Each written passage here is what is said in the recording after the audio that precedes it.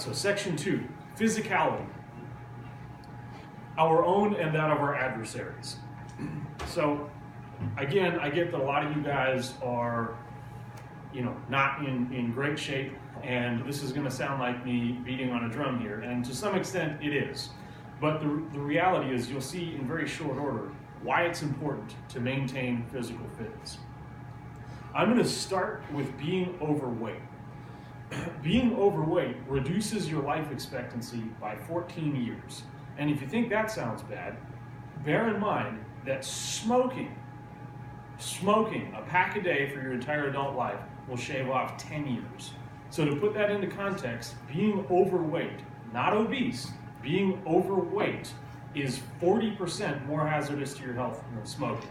So if a lifespan, if longevity isn't your thing, right, if you don't really care about that, you want to be a lone wolf and die young, great. I'm not here to talk you out of that.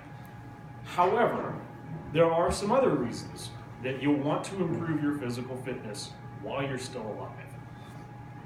The physically fit are happier, they sleep better, they live longer, which, again, may or may not be your thing. But they're less stressed and more energetic. And most importantly, the physically fit will move farther, faster, and hit harder when they get there. Obviously, I think that sounds ideal. So I want guys on my team that are going to be able to do that, to move quickly, to hit hard, and to bring the fight in as dynamic a fashion as possible. And if you are doing things to hinder your personal health, the more things you stack up there, the less likely I am to want you on my team.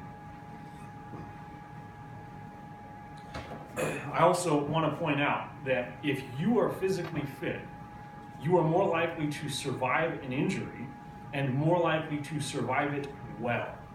So, we spend a lot of time focusing on improving physical fitness in terms of bringing the fight to the bad guys, to survive the fight once we get there. But not a lot of attention is paid to the fact that if you are physically fit, you're more likely to survive an injury with a lower reduction in the quality of your life after you survive that injury. Finally, the more physically fit you are, the leaner you are, the more likely it is your friends can pull you to safety if you go down.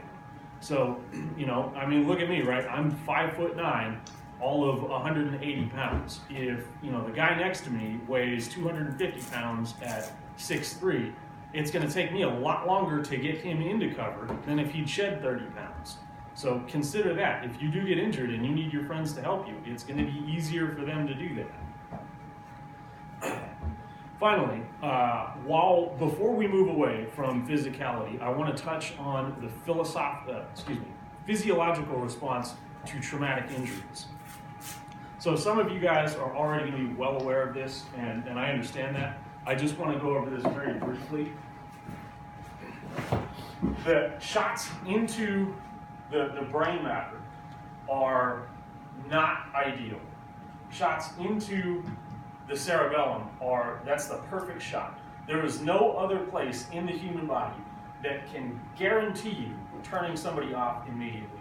Shots into the head and sometimes into the heart can render someone unconscious and unable to fight in a matter of seconds. But this is the only real off switch that will turn somebody off immediately. Next best thing is shots into the cerebral cortex. That's any other part of the brain aside from the cerebellum. I know that there's left-right hemispheres and frontal lobes and all that stuff. But the cerebral cortex is just the mass of the brain, excluding the cerebellum. Next, we have shots into the heart. As I mentioned before, shots into the heart can absolutely render someone unconscious, but the way that they're doing that is by stopping blood flow to the brain. Now, a shot into the heart, if it's a perfect dead-on hit, a shot into the heart can stop brain flow and can stop blood flow to the brain and render someone unconscious functionally almost immediately. It might take a second or two. But that's kind of the next best thing after the brain and the cerebellum. Finally, we have shots into the lungs. this is kind of less than ideal. These are shots that are going to stop them anywhere between 10 seconds and a minute. It's not great, but it's better than getting them outside of another vital organ.